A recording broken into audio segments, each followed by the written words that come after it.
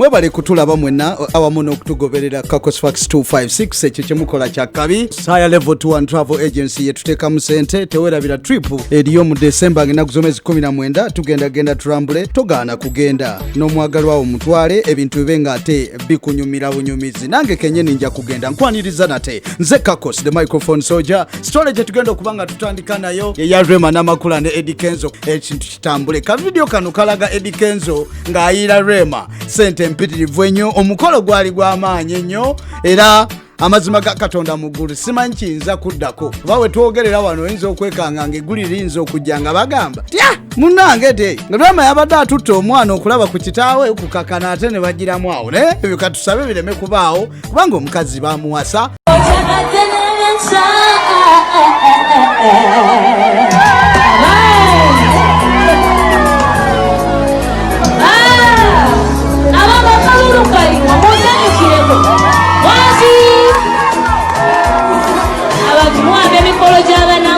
Ebintu neba nga bitambula bulungi bannange ensonga eriwo mu ggwanga ya mapenzi. Abayimbi abamu music ndowooza mu lockdown eno bwegizeegizeemu ne balowoozako ku bulamu obulala. Bw'oba toli muyimbi osobola kukola ki? Kati abamu bakakanye bafumbiddwa officially, abalala bafunye embuto, abalala bafunye ababaagala. Naye nja kusooka mbalaga aka video ka Dr.Ssebunya ne Momo 19 kakaseraavu nga weetuuse. Dr.Ssebunya tannaba kuwasa mu butongole omuwala ono naye nga yakyala ewaabwe w'omuwala.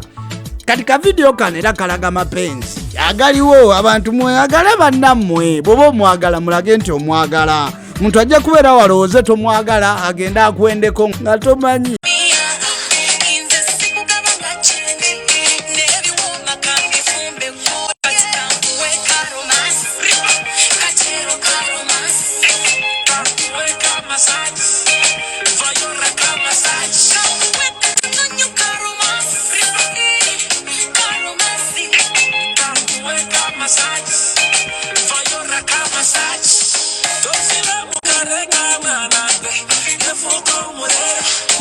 Amasanyu gajja kututa gali Uganda wano. Omwana wattu Spice Diana mazaalibwa ge abadde mu baaluuni kwegamba bakeeka ani yagimuwadde oba bagimukoledde bukolezi. Naye njagala okuyita King Saha mpite wizo n'abayimbi abalala Spice Diana bawadde ku keekeze kubanga buli lunaku bambi Spice Diana ono buli muyimbi bw'abeera ne birthday Spice Diana afuba nnyo nga bw'alaba okumupostinga n'okumugulira keeke ne bajja ne bagisala ewuwe waka mu maka ge. Kati simanyi abayimbi mugenda kukolera ki ku Spice Diana ku birthday?